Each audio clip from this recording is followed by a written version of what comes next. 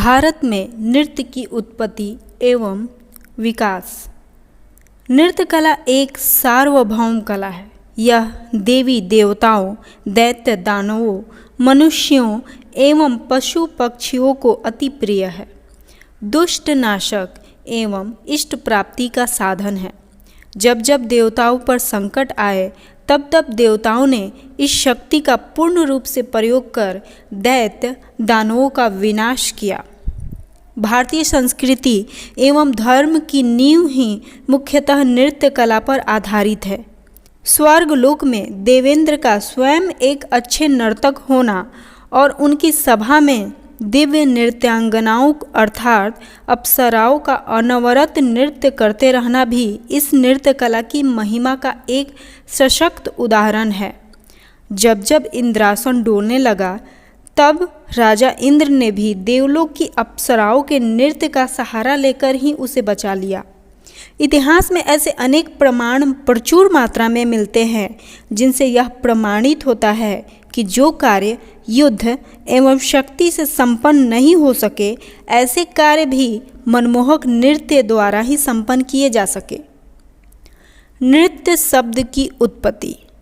पंडित तीरथ राम आजाद द्वारा लिखित कथक दर्पण में उल्लेख मिला है कि नृत्य शब्द की मूल धातु नृ है। यास्क ने ऋग्वेद की एक ऋचा की व्याख्या करते हुए नृ शब्द की व्युत्पत्ति और व्याख्या की थी। नरा मनुष्या नृत्यांति कर्माशु। भाष्यकार पतंजलि ने भी नृ धातु से नृत्य की व्युत्पत्ति स्वीकार की है।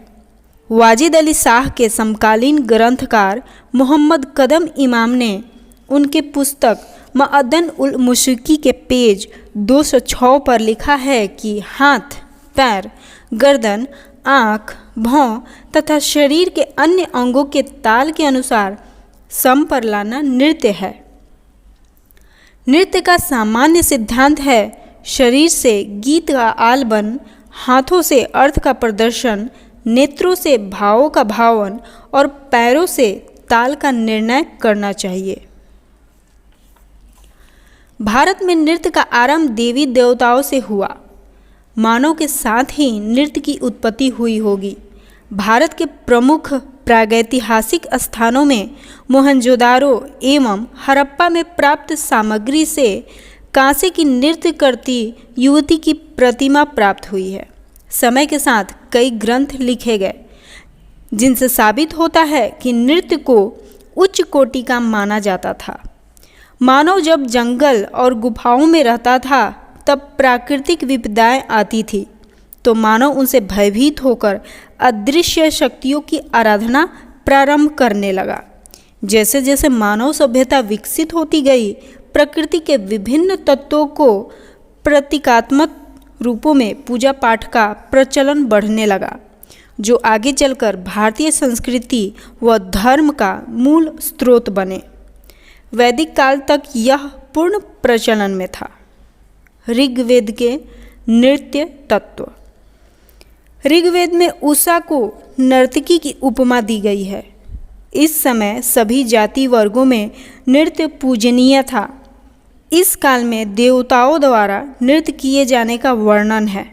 इस काल का मशहूर श्लोक है नृत्य मानो अमरतः। यजुर्वेद।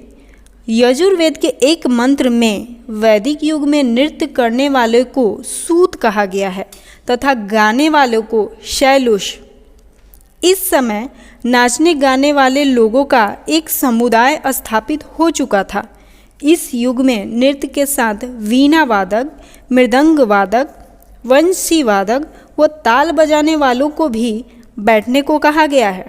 अतः यह स्पष्ट होता है कि तत्कालीन समाज में प्रचलित नृत्य की विधा नृत्य ही था।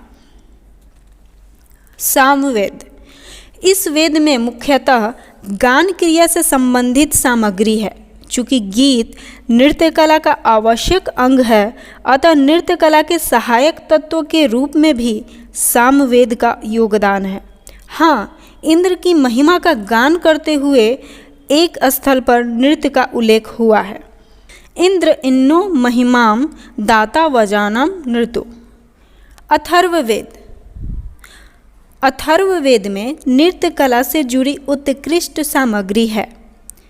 इस वेद में बहुत सारे संस्कृत के श्लोक मिले हैं और उनका भावार्थ है कि नृत्य या नृत्य के तत्व मानव शरीर में विद्यमान है जो नृत्यरत रहते हैं, अर्थात मानव शरीर का प्रत्येक कार्य नृत्यमय है। मानव किसी भी कार्य को करने हेतु अपने अंगों का संचालन करता है तो उन सब में नृत्य के तत्व ही विद्यमान रहते हैं।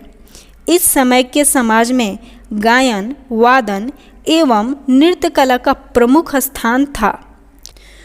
उस समय के समाज में क्लीव यानी नपुंसक जाति के लोग नृत्य के द्वारा अपनी जीविका चलाते थे। यह नृत्य केवल नृत्य ही था जिसका प्रयोग समाज में आनंद एवं ऐसे अनेक अवसरों पर किया जाता था। गान क्रिया का प्रचलन होने के कारण सामगान के समय नृत्याभिनय प्रस्तुत करने का कोई उल्लेख नहीं मिलता है।